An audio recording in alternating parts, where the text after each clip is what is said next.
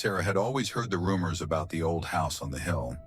It was abandoned, decaying, but every evening, the faint sound of whispers drifted from its cracked windows. They said it was haunted, that anyone who went inside would hear voices they couldn't ignore. One evening, after a dare from her friends, Sarah decided to prove them wrong. The sun was setting as she stepped through the rusted iron gate. The door creaked open when she touched it, as though inviting her in. The inside was shrouded in darkness, save for the light filtering through the shattered windows. Dust floated in the air, and the floor groaned under each step she took.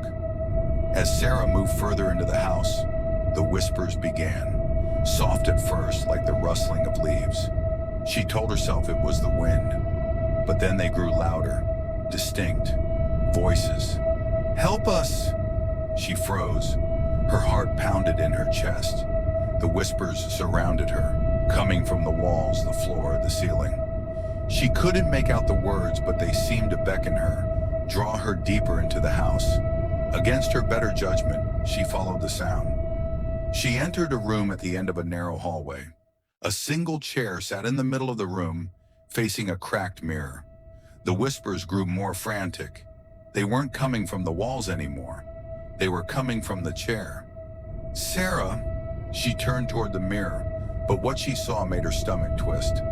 The reflection in the mirror wasn't just her own. Standing behind her was a pale, gaunt figure with hollow eyes.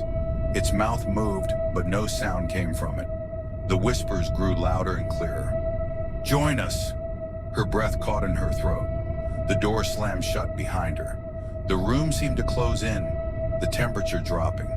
She tried to scream, but her voice was swallowed by the sound of 1,000 whispers. Then she felt a hand on her shoulder, cold, icy. She spun around, but there was no one there. The whispers turned into laughter, low, guttural, mocking. Suddenly, she noticed a small notebook on the floor beside the chair. Trembling, she picked it up. It was filled with names, scrawled in desperate handwriting. The last name was hers, Sarah.